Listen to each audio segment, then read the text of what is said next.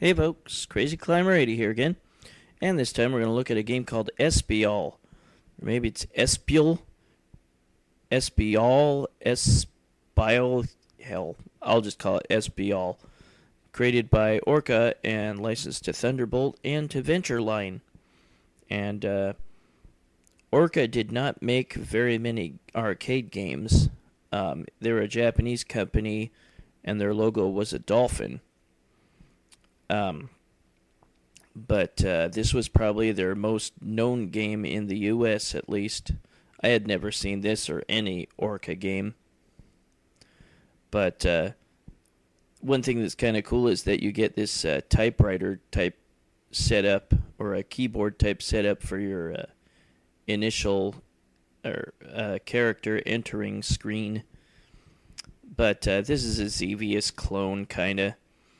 You get your crosshairs, and you get a bomb button to bomb the ground targets, and you get a shot for the airborne targets. Your shot against the airborne enemies is very quick, very, very fast, and you can have a lot of shots in rapid succession by repeatedly hitting the fire button. But one thing that I do like about this game is that you can shoot the enemy's shots. You can destroy them. That's very nice. Eventually the game gets very hard because there's a lot of enemies on the screen at once, and they're all shooting at you. Gets to be kind of tough. The amount of points needed for an extra life are not very high on this game, which is kind of nice. You can build up some extra lives. Kind of peppy little tune to start off each life. Those first enemies look like condoms out of the package to me. That's how my mind works sometimes, but that's what it looks like to me. Again, don't forget that you can shoot the enemy's shots. Very, very cool feature. But yeah, that doesn't mean that the game is easy. It starts out very easy, but eventually the enemies will be moving too fast. There will be too many enemies, and there will be a bunch of enemies shooting at you. Kind of interesting how all of the information about the game is on the right side of the screen, bunched up. I guess Orca's done that with a number of their games.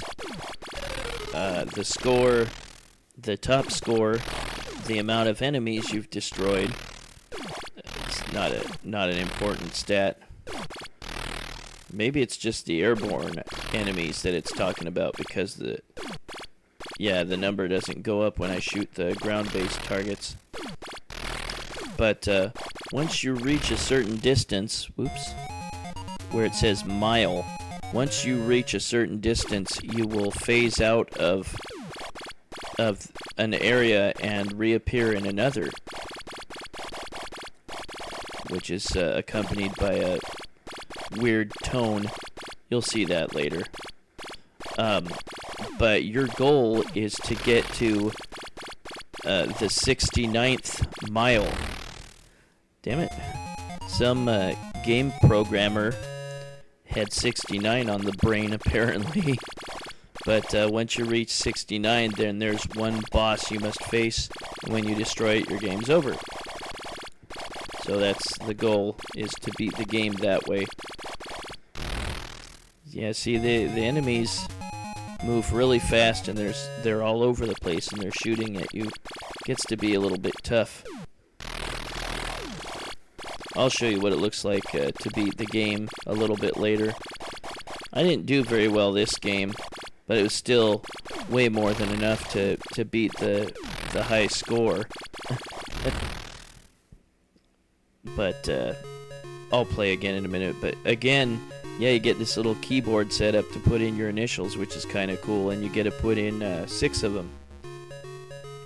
So I got to put in my name as Russell with one L.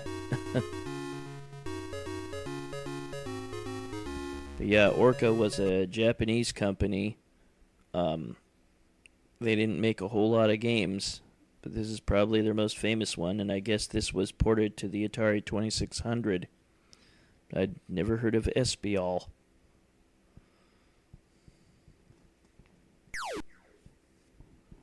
But yeah, again, it's kind of a Xevious clone. Not as good as Xevious, but kind of interesting how all the information, there's the condoms again. Kind of interesting how all the information is on the right side of the screen, and the score is displayed on 2 lines, not just one. Looks kind of weird, but I guess Orca did that with a number of their games. Not that they had that many games. You don't have to bomb a ground target when it's appearing. You can bomb where it emerges from, and you'll still destroy it whether it's out or not. Yeah, there's no music while you're actually playing. Just music when you start a new life or begin the game. And I think there's a tune at the end of the game when you beat it. But yeah, it's pretty cool. You can shoot the enemy's bullets in midair. You can't fly all the way up to the top of the screen. You can fly, I think, maybe a little more than halfway up the screen. Yeah, it gets hard to stay alive at this point.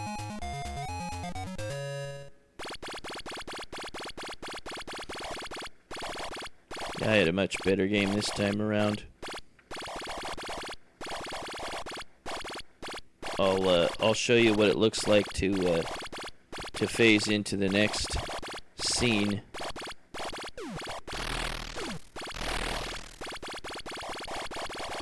Yeah, Xevious was certainly a lot more polished than this. This came out a year after Xevious. It's pretty tough to avoid all those enemies and their shots. Thank goodness your shots are very, very fast. I would recommend, I guess, using the bomb button only when you need to. I mean, just keep wailing on the shot button, and then only switch over to the bomb button when you need to. I don't like... There we go. Now we phased to a different area, and there's these little beach ball things that are crap flying all over at you. But I would not recommend like wailing on both bomb and shot buttons at once. Just keep shooting and then use the bomb only when you need to. Where the beach balls are coming out here, you can't bomb and destroy those locations. And then those tank things, you use your shots on. You don't, maybe they're not tanks. No, they're spaceships. They just move very slow. There's some ground targets. And just like in Xevious, you can bomb right in between... Oops. You can bomb right in between the ground targets, like 2 of them, and take them both out with one bomb.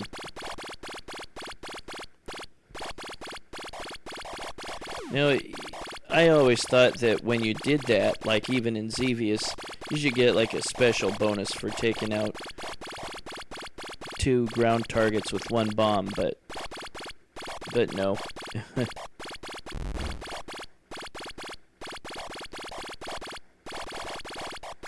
Yeah, this isn't that great. I mean, it's not terrible. I mean, it gets better when you play it a little bit more. And again, your main goal is to get to the 69th mile.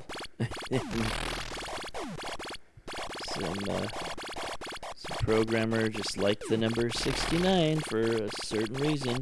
No, I really don't know.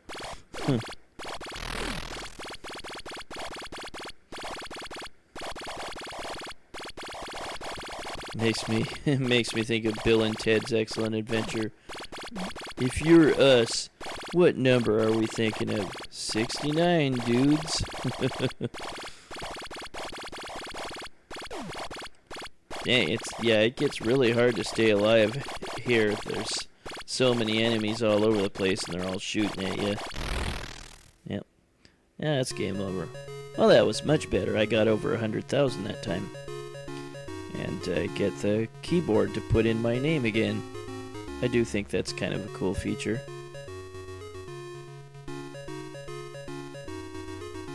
That's Espial by Orca and licensed to Thunderbolt and Ventureline in 1983. A Xevious clone. Meh. But I'll show you on the way to the 69th mile a couple other areas. There's like one where the background is dark and there's moving ground targets like in Xevious. You have to bomb just ahead of them. And then later on, there's these weird doors that are ground targets that open up and shoot at you. And now here is the boss once you reach the 69th mile. I put on invincibility cheats just so I could make it all the way there. And I'll destroy him. You just have to bomb right on that glowing spot, that colored spot, that orange spot there. Right there. You are a nice player. Give up. And it'll give you a bonus for all your remaining lives.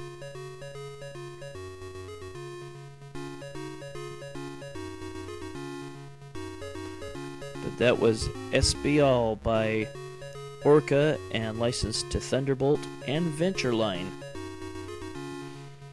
I'd seen a number of Ventureline games, but not this one.